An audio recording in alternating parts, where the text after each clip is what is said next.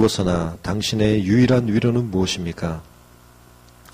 살아서나 죽었으나 나는 나의 것이 아니고 몸과 영혼 모두 미쁘신 구주 예수 그리스도의 것입니다.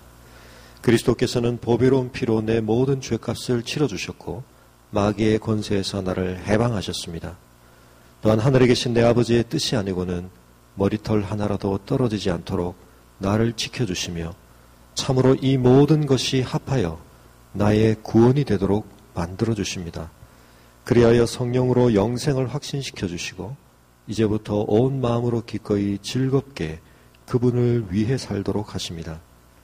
제 임은 이러한 위로 가운데 복된 인생으로 살고 죽기 위하여 당신이 알아야 할 것은 무엇입니까? 세 가지를 알아야 합니다. 첫째, 나의 죄와 비참이 얼마나 큰지를, 둘째, 그 모든 죄와 비참에서 어떻게 구원받을 수 있는지를, 셋째, 그러한 구원을 주신 하나님께 어떻게 감사를 드려야 하는지를 알아야 합니다. 아멘. 오늘 함께 묵상할 하나님의 말씀은 요한복음 16장 1절에서 15절까지 말씀입니다. 요한복음 16장 1절에서 15절까지의 말씀을 저와 여러분이 한 절씩 교독하시겠습니다. 내가 이것을 너희에게 이름은 너희로 실족하지 않게 하려 함이니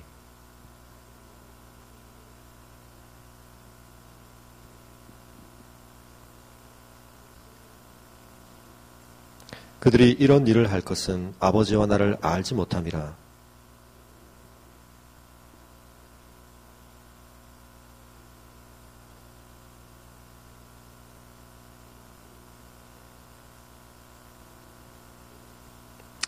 지금 내가 나를 보내신 이에게로 가는데 너희 중에서 나더러 어디로 가는지 묻는 자가 없고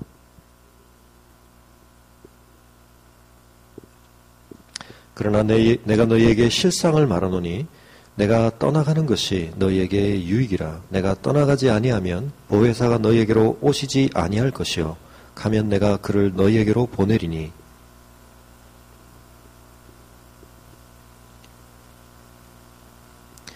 죄에 대하여라 함은 그들이 나를 믿지 아니하며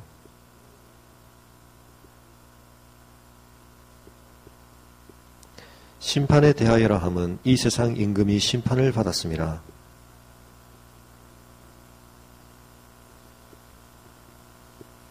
그러나 진리의 성령이 오시면 그가 너희를 모든 진리 가운데로 인도하시리니 그가 스스로 말하지 않고 오직 들은 것을 말하며 장래일을 너에게 알리시리라.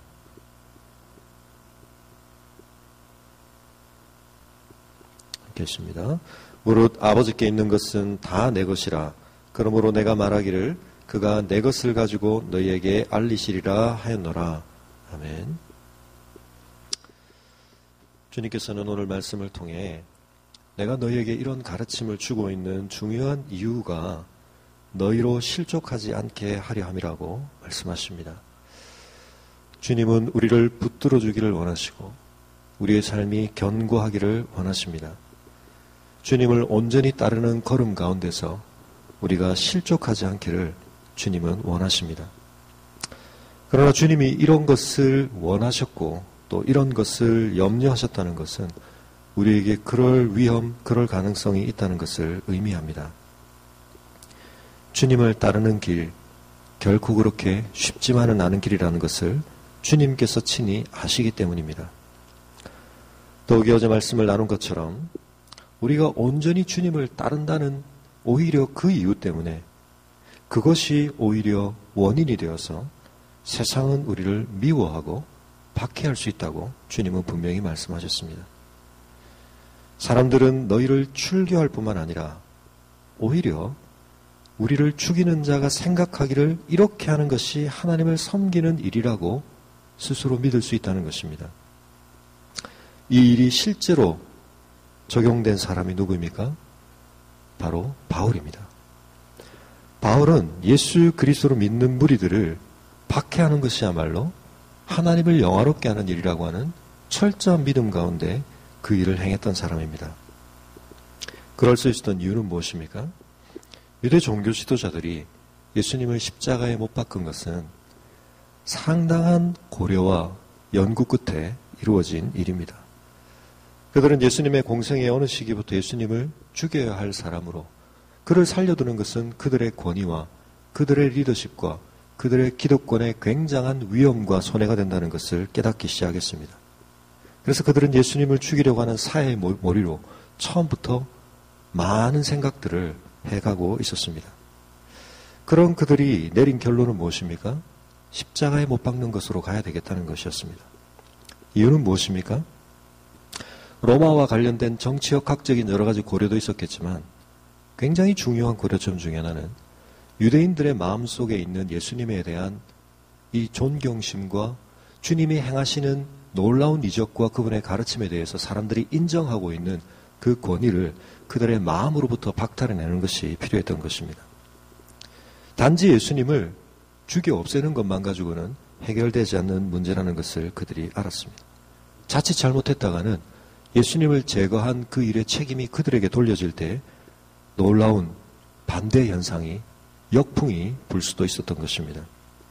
그래서 그들은 신명기 21장에 있는 율법의 규례와 예수님의 죽음을 연결시키기 원했습니다. 신명기에 있는 규례가 말하는 것이 무엇입니까?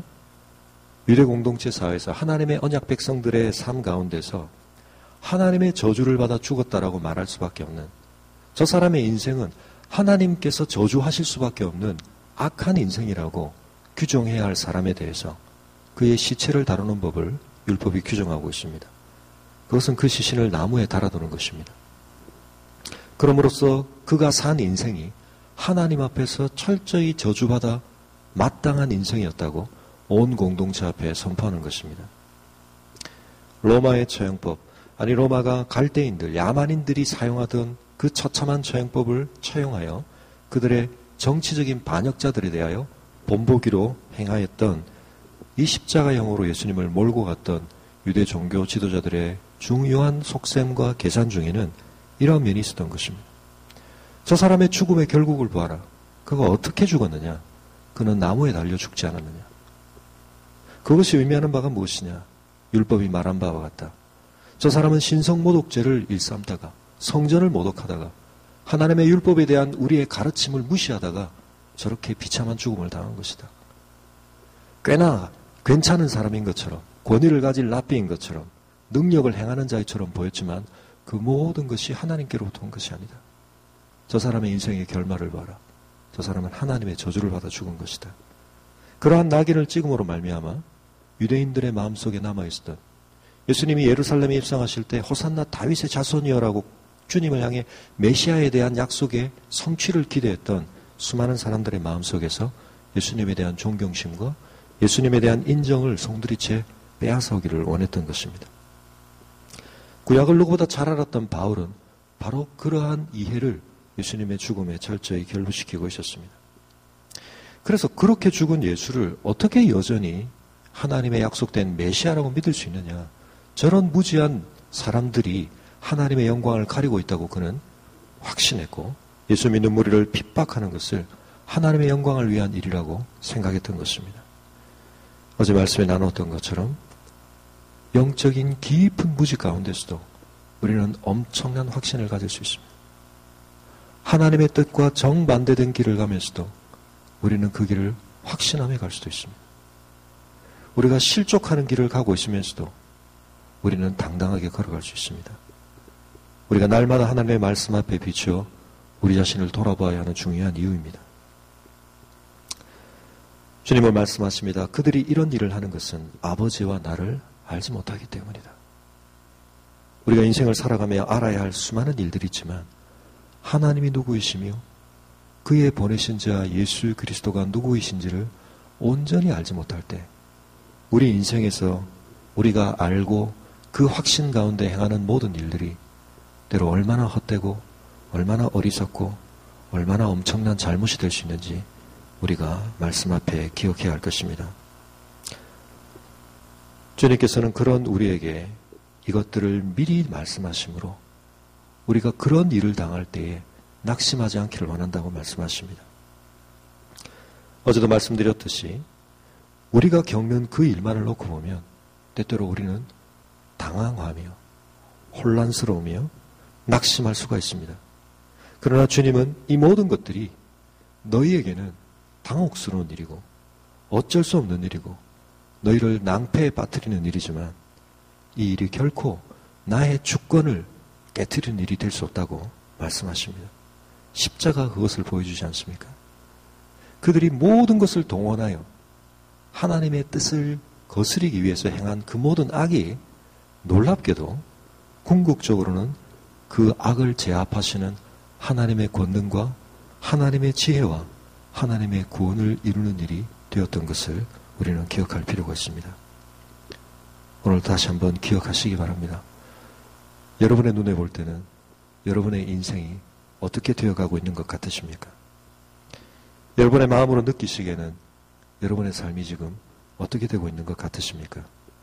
그러나 우리가 눈을 들어 주님의 관점에서 오늘 우리의 삶을 바라볼 때에 요셉의 인생을 인도하셨던 그 하나님께서 주신 비전에도 불구하고 정반대의 길로 추락의 추락을 거듭하는 것 같은 그의 인생이었지만 주님께서 붙들고 계셨을 때 그리고 그가 주님의 그 붙드심을 기억하며 주님 앞에 신실하게 응답하는 삶을 살았을 때 하나님은 끝내 당신이 의도하셨고 주셨던 비전의 삶을 이루시는 하나님이신 줄을 다시 한번 마음에 확신하시기 바랍니다. 주님께서는 이제 당신이 제자들을 떠나는 것이 그들에게 유익이라고 말씀하십니다. 제자들은 말로 표현하진 않았지만 주님이 그 마음을 읽어내셨듯이 정반대의 판단을 하고 있었습니다. 이 상황은 그들에게 근심을 가져다주는 상황이었습니다. 주님 앞에 감히 어디로 가시는지 이제 물을 수도 없는 그런 상황이었지만 그들의 마음속에는 표현하지 않은 근심이 가득했습니다. 주님이 이대로 떠나시면 우리는 어떻게 되는 것인가? 우리 인생에서 우리는 때때로 그런 근심들을 많이 합니다. 상황이 이렇게 계속된다면 어떻게 될 것인가? 그러나 다시 한번 말씀드리지만 주님은 우리보다 더 많은 것을 고려하시고 우리가 우리 자신을 위해서 생각하며 의도할 수 있는 것보다 훨씬 옳고 참되고 유익한 것을 주신다고 말씀하십니다. 내가 생각하는 내 유익이 아니라 주님이 판단하시는 유익을 나의 참 유익으로 깨달으시고 누리실 수 있는 여러분이 되시기를 바랍니다. 내가 실상을 말한다. 너희의 판단과 달리 내 판단이 너희에게 유익하다. 여러분의 오늘 삶에 이 실상을 보실 수 있기를 바랍니다. 내 생각과 내 마음에 계산된 유익이 아니라 주님이 판단하시는 유익을 쫓아가실 수 있기를 바랍니다. 내가 너희를 잠시 떠나는 것이 너에게는 불안을 초래할 수 있지만 마치 어린아이가 그 부모를 잠시 볼 수 없을 때 느끼는 분리불안처럼 너희의 영적인 불안감을 유발할 수 있다는 것 내가 안다. 그러나 이것은 더 궁극적인 유익을 위한 과정이다. 주님 그렇게 말씀하고 계십니다. 내가 가지 않으면 보혜사가 오지 아니하실 텐데 보혜사가 오시는 것이 훨씬 큰 유익이다. 첫 번째 보혜사하셨던 주님께서는 육신의 몸에 한계를 가지고 계셨지만 이제 그분이 가셔서 보내시는 또 다른 보혜사이신 성령께서는 영으로 임하시기 때문에 육체의 제한 없이 우리 모두의 삶에 우리 모두의 영적인 현실 속에 임재하시고 내주하실 수 있으십니다. 그분은 오셔서 무슨 일을 하십니까?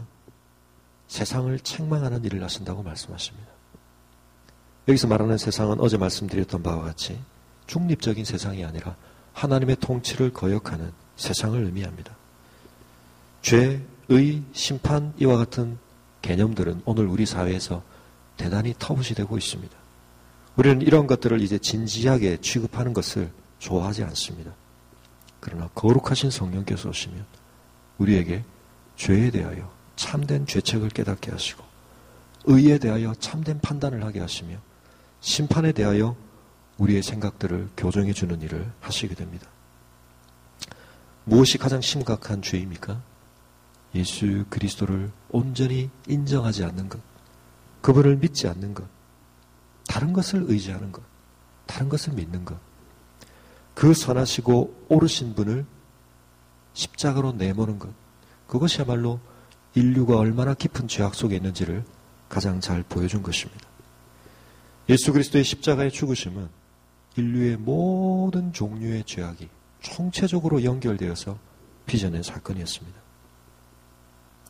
그들은 죄인 예수를 처형한다고 생각했지만 그들의 그 행위 속에 그들의 죄성이 도사리고 있었습니다. 비겁함과 잔인함과 이기심과 시기심과 유대 백성들, 종교 지도자들, 가룟 유다, 로마의 군병들까지 그들 한 사람 한 사람들 속에 작용했던 그 모든 죄성들, 그것이 합체되어 이뤄낸 결과가 예수를 죽여야 하는 일이었습니다. 오늘 우리에게 동일한 죄가 있습니다. 주님을 거부하게 만드는, 주님을 우리의 삶에서 인정하지 못하게 만드는, 주님을 우리의 삶에서 내몰게 만드는 우리의 죄악이 무엇인지 성령께서 우리에게 조명해 주시기를 원합니다. 죄를 깨닫는 것은 그 자체로 기쁜 일은 아니지만 죄에 대한 참된 회개와 회복의 길을 우리에게 은혜로 주시는 하나님 앞에서 우리의 죄를 발견하는 것은 커다란 유익인 것을 기억하시면 좋겠습니다.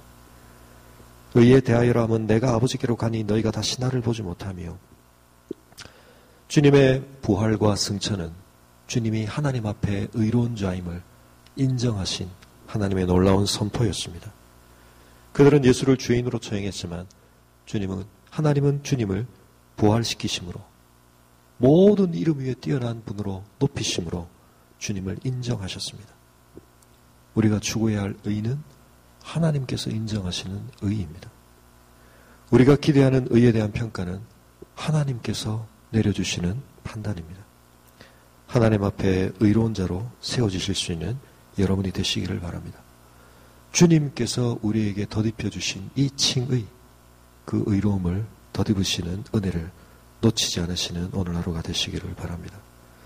심판에 대해서 우리는 올바르게 판단해야 합니다. 세상이 주님을 심판한 것 같았지만 그렇게 보였던 십자가는 오히려 하나님께서 이 세상의 권세들을 심판하시는 행위였다고 주님은 말씀하십니다. 성령께서 그것을 깨닫게 하십니다. 사랑하는 성도 여러분, 성령의 인도하심 가운데, 성령의 조명하심 가운데 예수 그리스도의 십자가를 바라보고 계십니까? 십자가를 바라봤을 때 십자가가 이렇게 보인다면 여러분은 성령의 사람들입니다. 그러나 십자가를 바라봤을 때 그것이 어리석게 보이고 그것이 무능하게 보인다면 그것은 성령의 사람이 가질 수 있는 생각이 아닙니다. 우리 가운데 성령께서 조명해 주실 때 예수 그리스도의 십자가와 부활과 그로 말미암아 일어난 이 모든 일들을 우리는 올바르게 깨닫게 됩니다. 여기서 우리는 우리의 세계관을 초점 맞춰야 합니다. 사격수들이 0점 조준을 하듯이 우리는 십자가를 바라보며 그 십자가를 내가 제대로 보고 있는지 우리의 관점을 조정해놓고 그 눈으로 이 세상을, 내 삶을 해석하고 바라봐야 하는 것입니다. 내가 지금 옳은 길을 가고 있는가? 내가 지금 낙심을 해야 할 상황인가? 내가 추구해야 할 유익이 무엇인가? 여러분, 십자가를 통해서 재설정된 관점으로 여러분의 삶을 다시 한번 보실 수 있도록 성령께서 이 아침에 여러분의 마음과 생각을 조명해 주시기를 축원합니다. 주님께서는 이렇게 말씀하십니다. 왜 성령께서 오시는 것이 너에게 유익이냐? 주님이 친히 계시며 가르치셨던 그 모든 것들을 그들은 여전히 감당할 수 없었습니다. 그러나 진리의 성령이 오시면 너희가 더 충만한 진리를 깨닫게 되고 진리 가운데 이끌림을 받을 것이다. 왜냐하면 성령께서 아들의 일을 드러내시고 깨닫게 하실 것이라고 말씀하시고 계신 것입니다. 어제도 말씀드린 바와 같이 성령은 예수 그리스도의 영광을 나타내시는 분입니다. 아들이 오셔서 철저히 아버지의 영광을 드러내기 위하여 자신을 제한하셨던 것처럼, 때때로는 자신이 성부보다 열등하신 분인 것처럼 자신을 겸손히 나타내셨던 것처럼, 이제 성령께서는 그 아들이 성취하신 그 모든 것을 조명하시고 적용하시고 드러내시기 위하여 자신을 감추십니다. 우리가 성령으로 진정 충만할 때 우리는 성령 그분께 초점을 맞추는 것이 아니라 성령 그분이 그 영광 드러내기 원하시는 아들에게 초점을 맞추게 됩니다. 아들을 더 깊이 알아가게 됩니다. 예수 그리스도를 더 깊이 사랑하게 됩니다. 예수 그리스도의 실제성을 더욱 깊이 느끼게 됩니다. 예수 그리스도의 말씀에 순종하게 됩니다. 예수 그리스도를 닮아가게 됩니다. 성경께서 우리 개인에게 원하시는 가장 큰 열망은 무엇입니까? 예수 그리스도의 형상이 우리 안에 온전해지는 것입니다. 예수께서 우리를 위해 성취하신 그 모든 일이 우리의 삶에 온전히 열매 맺는 것입니다. 예수께서 우리에게 주신 그 은혜들을 우리의 것으로 소유하고 누리는 삶을 사는 것입니다. 공동체로서는 우리 모두가 그리스도의 몸으로 견고하게 세워지는 것입니다. 그럴 때 주님의 영광이 나타나는 것입니다. 오늘도 이 성령께서 우리와 함께 하고 계십니다. 우리가 이 은혜를 우리의 것으로 마땅히 누려야 하겠습니다. 우리가 이 말씀을 기억하며 오늘 하루 성령과 더불어 보조를 맞추는 삶, 주님과 동행하는 삶을 또 하루 힘써 행하시고 주님께서 약속하신 이 함께 하시는 은혜 가운데 우리의 근심을 벗겨내시며 우리에게 진정한 유익이 이루어지도록 오늘도 우리의 삶을 인도하시는 주님 안에서 복된 하루 누리시기를 주님의 이름으로 축원합니다. 가지고 나오신 기도의 제목들로 기도하시고 돌아가시겠습니다.